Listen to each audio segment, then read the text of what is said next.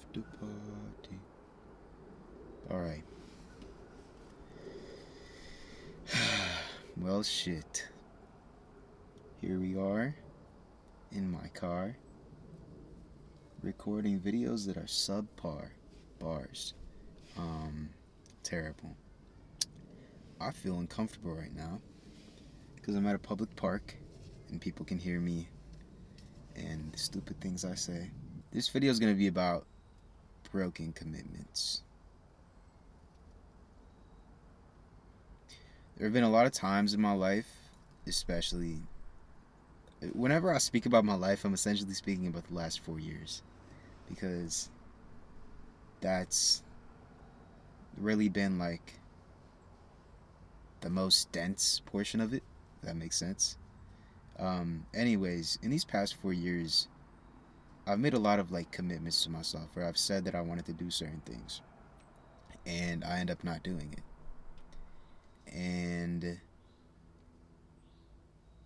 I think what I've ultimately learned about that is a couple things. So I'm going to go through them.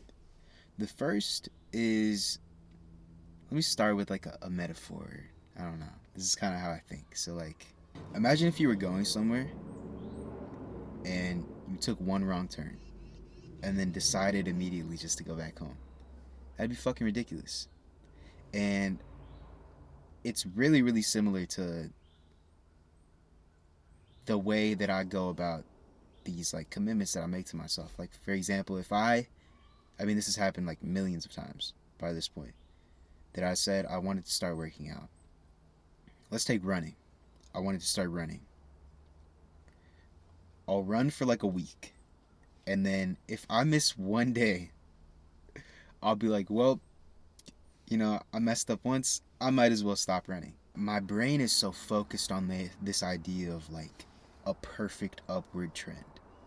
And I keep thinking to myself that like I have this image of what growth is going to look like for me. And I always think of like this perfect trajectory with no bumps in it, no valleys or peaks. And that's not, maybe that's how life is for some people, but not for me. That's not how it's been.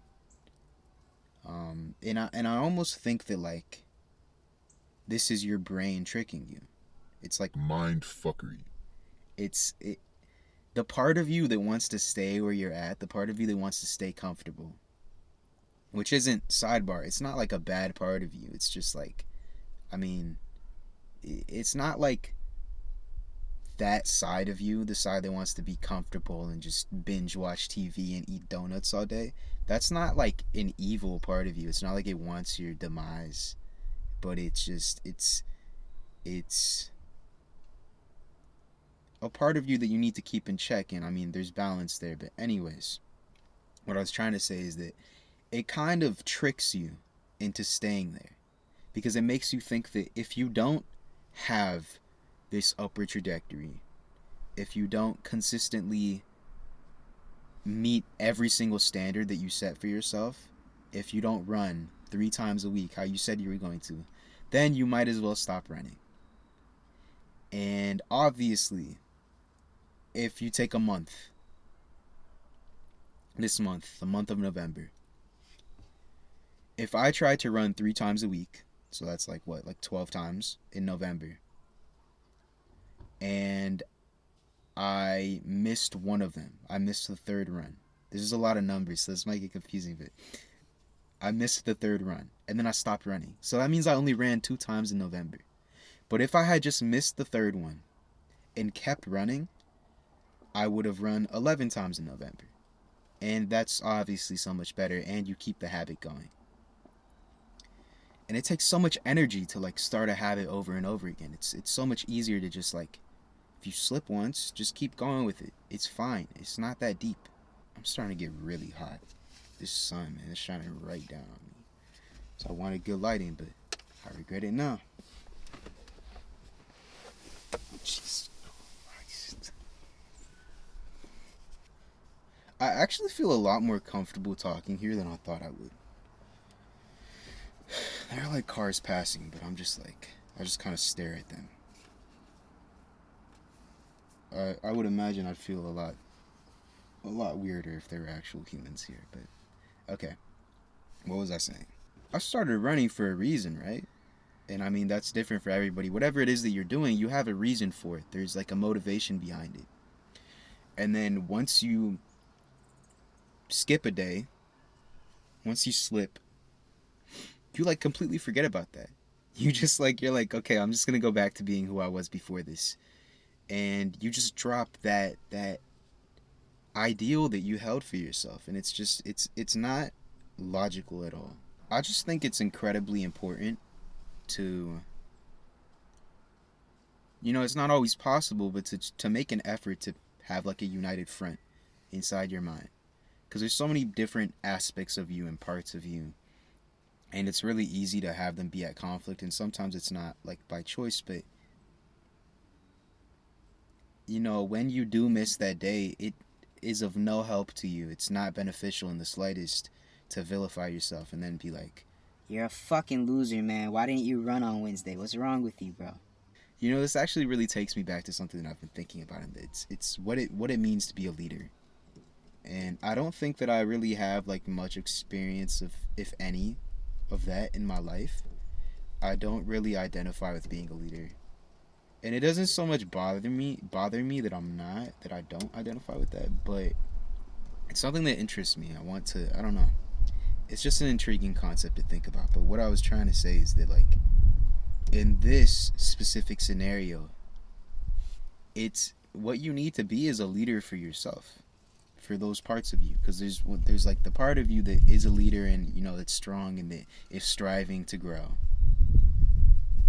and that's the part that really gets motivated. But then there's the parts of you that are like doubtful and have fear and are kind of weaker, succumbing to weakness or whatever, and you need to be able to tell yourself, like, hey, I understand that you don't want to do this right now. I know this bed feels so much more comfortable than the cold air outside and the pavement below your feet, but we're doing this for a reason, and I know that you're going to feel so much better after you go on this run. um and in less of a physical aspect, I think, like, personally, so in the last video I definitely said that I made a big deal about the fact that I was coming back to YouTube and that I was going to start posting consistently. And I mean, that's still the idea, but obviously it's been, I think, like 3 weeks since I posted that. A part of me was like, yo, this is so embarrassing. I literally just told people that I was going to start posting.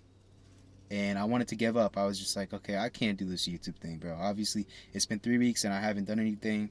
I can't do this. I'm not capable of doing this. But here the fuck I am. And if you listen to that part of yourself that wants to give up, you're never gonna get shit done, man. You're never gonna become the person you want to be. And in some ways, you already are that person. You kind of need to accept who you are. Not accept. That doesn't mean that you can't grow. But what I'm saying is that, like, you need to. You shouldn't have this hatred for the person who you are, and like look forward to the future. Like, oh, I want to be that guy. You are that guy. It's inside you. You just need to like get down to it. You need to shed all the layers that are blocking that transformation. But um, yeah, I could have listened to that and stopped posting, but instead, what I decided to do was I wrote this video. I didn't even write anything really, but I decided I was gonna make this video today about the shit that I'm dealing with, and hopefully this is of help to someone, or even just, I don't know, maybe it makes you feel better to know someone's feeling the same way that you are. But yeah, I guess I did what I set out here to do, so I'm feeling pretty great about that. What I'm really trying to do is just not pressure myself. Like, I take back what I said. I don't commit to a video every week or even every 2 weeks. A video will come out when it comes out, and I'm gonna try. Like, I'm gonna make a concerted effort to work on it as often as I can. But if I slip, I slip, and I gotta move on. I can't let that hold me back. All right. Well, thank you for listening to me speak, and I wish you good luck. Peace.